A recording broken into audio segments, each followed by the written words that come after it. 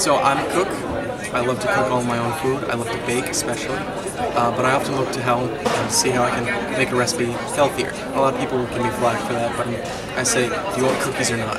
And they usually say yes, because they're excellent. So I begin looking up recipes and I see what ingredients are in them, and I notice a typical cake or a batch of cookies, even if it only makes like 20 cookies, has a cup of sugar or like 2 huge sticks of butter.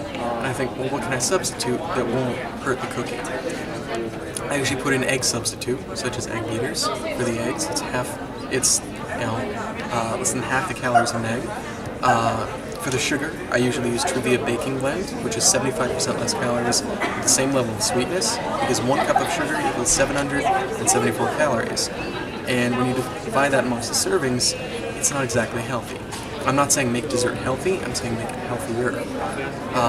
For the butter, I usually introduce applesauce instead. You're going to think that's weird because you need a fat, but it works amazingly well. Olive oil actually also works. It's a very natural fat, much better for you than butter. The cookies come out very light, very fluffy.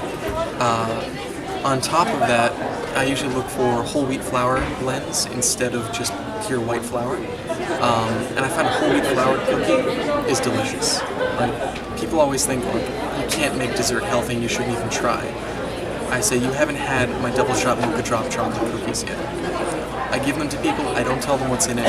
They love it, I tell them what's in it. They're really surprised. You can't, they don't think that you can make a chocolate chip cookie with applesauce, artificial sweetener, and, whole wheat flour.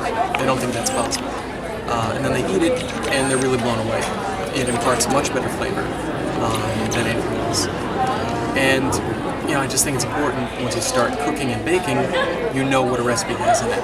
And then you know if it's good for you, and you can splurge a little bit more, or if that one little slice is going to cost you half the day's calories.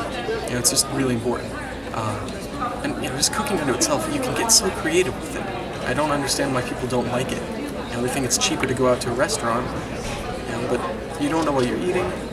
And chances are good you can make a better meal at home. Like, I go out and I have a burger at a restaurant, I'm like, this is good. Then I go home and I make a burger myself, I think this is great.